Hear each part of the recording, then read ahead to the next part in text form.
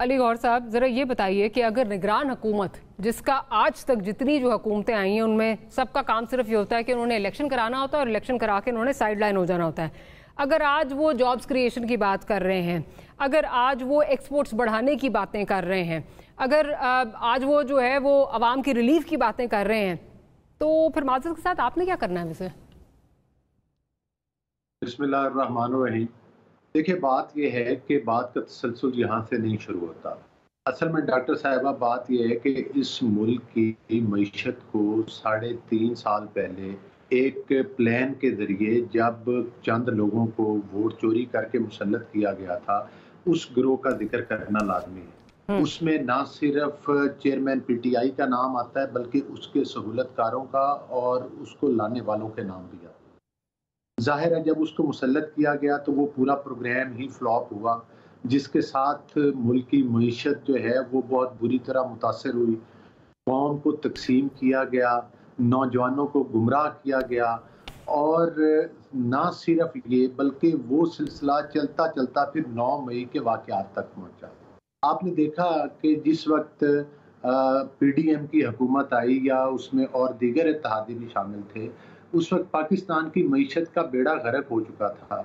और जो दहशत गर्दी जो कि नवाज शरीफ साहब ने अपने दौर में तकरीबन, मतलब है कि उनके टाइम में ख़त्म हो गई थी, जिसमें ज़रब और दीगर ऑपरेशन हुए, तो उसने फिर एक जोर पकड़ना शुरू किया और वो भी लगी। तो उसके साथ साथ जब ये पीडीएम की हुकूमत आई तो इन्होंने वो तमाम पॉलिसीज को जो है वो असर नौ उसका तयन किया, बल्कि IMF के साथ जो माहिदा था उसको भी दो करने के बाद किया गया।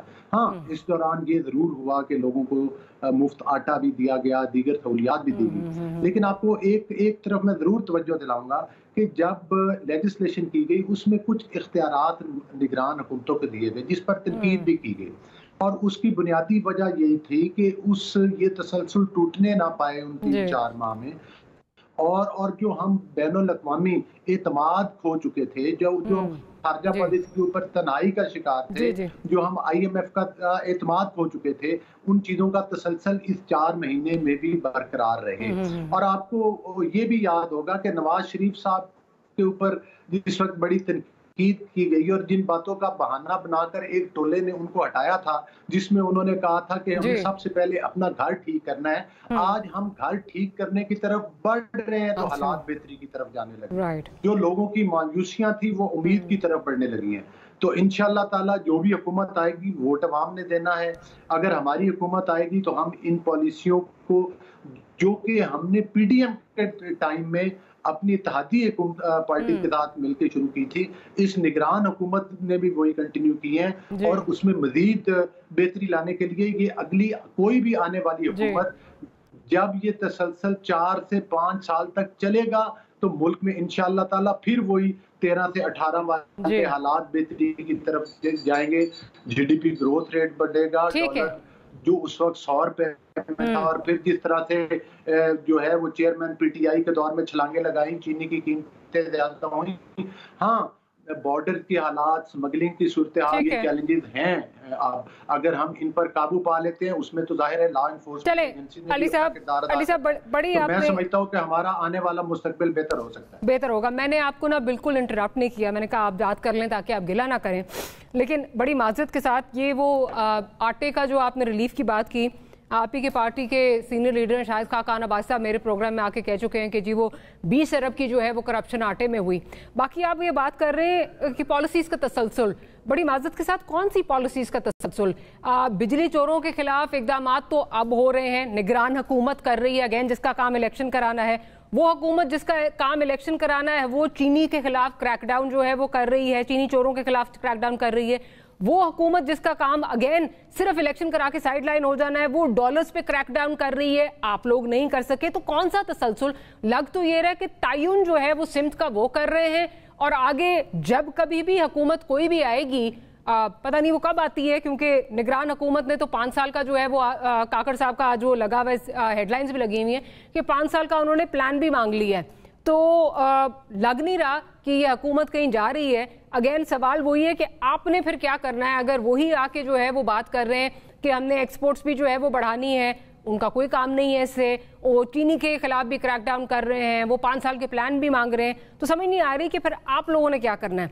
मैं ज़रा अतर काज़मी साहब की तरफ चलती हूँ।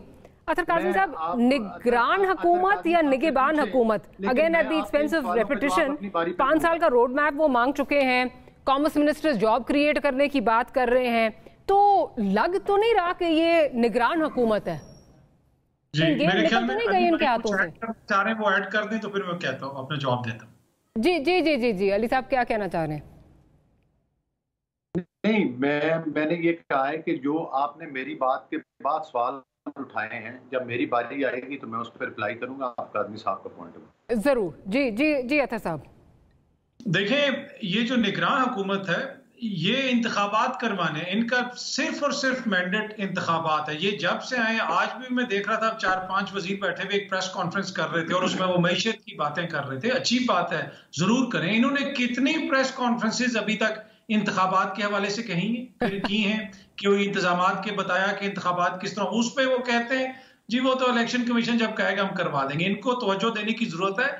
जो इनका आईनी मैंडेट है, जो अवाम के फैसले होते हैं, अवाम की जो मुंतखब हुकूमतें होती हैं, वो फैसले करती हैं। आपने सिर्फ निगरानी करनी है 3 महीने, जो आइन में आपका मैंडेट है। अवाम चाहे नून लीग को वोट दें, चाहे पीपल्स पार्टी को या पीटीआई को, उन्होंने आके फैसले करने हैं। बाकी ये बात है कि देखें, जो गुज़िश्ता 16 माह के दौरान जो कारकर्दगी रही, उसके ऊपर ही तो आपने जाके वोट लेना है। अब अवाम को फैसला करने दें कि किसका क्या किरदार था। डॉलर आप 300 रुपए पे छोड़ के गए, डॉलर आपने 200 से नीचे लेके आना था। अब वो सारे काम निगरान हुकूमत कह रही है कि जी हम ये भी कर रहे हैं, हम चीनी की चोरी भी रोक रहे हैं, हम बिजली की चोरी भी रोक रहे हैं, और इधर जो है वो ये हो गया है, वहां पे सख्ती हो गई है। यकीन कीजिए कि इस तरह की चीजें हम 75 बरस से देख रहे हैं। जब तक फंडामेंटली जो हमारे प्रॉब्लम्स हैं इकोनॉमी के साथ, उनको हम एड्रेस नहीं करेंगे। और दूसरा, जो स्टेक होल्डर्स हैं, ये बहुत समझने की चीज है। जो स्टेक होल्डर्स हैं, जब तक वो फैसला साजी में शामिल नहीं होंगे, स्टेक होल्डर्स इस मुल्क के अवाम हैं, और वो फैसला साजी में शामिल होते हैं वोट के जरिए, इलेक्शंस के जरिए। अगर वो इलेक्शन देंगे, नून लीग को वोट देंगे या पीटीआई को या किसी की जमात को भी, अगर वो फैसले सही नहीं करेंगे तो अगले इलेक्शंस में वो उनको फारिग कर देंगे। ये निगरानों, इनको तो किसी ने एक वोट नहीं दिया। ये कौन होते हैं कि हमारे लॉन्ग टर्म फैसले करें? तो ये इशू है। इसके ऊपर ऑल दो कि आज जिस नहज पे हम पहुंचे उसमें किरदार पीडीएम, नून लीग, पीपल्स पार्टी का, और मैं उस वक्त भी कह रहा था कि आपने ये जो 90 रोज में इलेक्शंस नहीं करवाए, 3 महीने ठहर जाएं, आप सब लोग मिलके इलेक्शंस का मुतालबा कर रहे होंगे। लेकिन अभी हम भी इनके साथ हैं। हम कहते हैं कि 90 रोज के अंदर इलेक्शंस होने चाहिए, और जिसको भी वोट मिलते हैं, जो भी सियासी जमात आती है, वो लॉन्ग टर्म फैसले करे।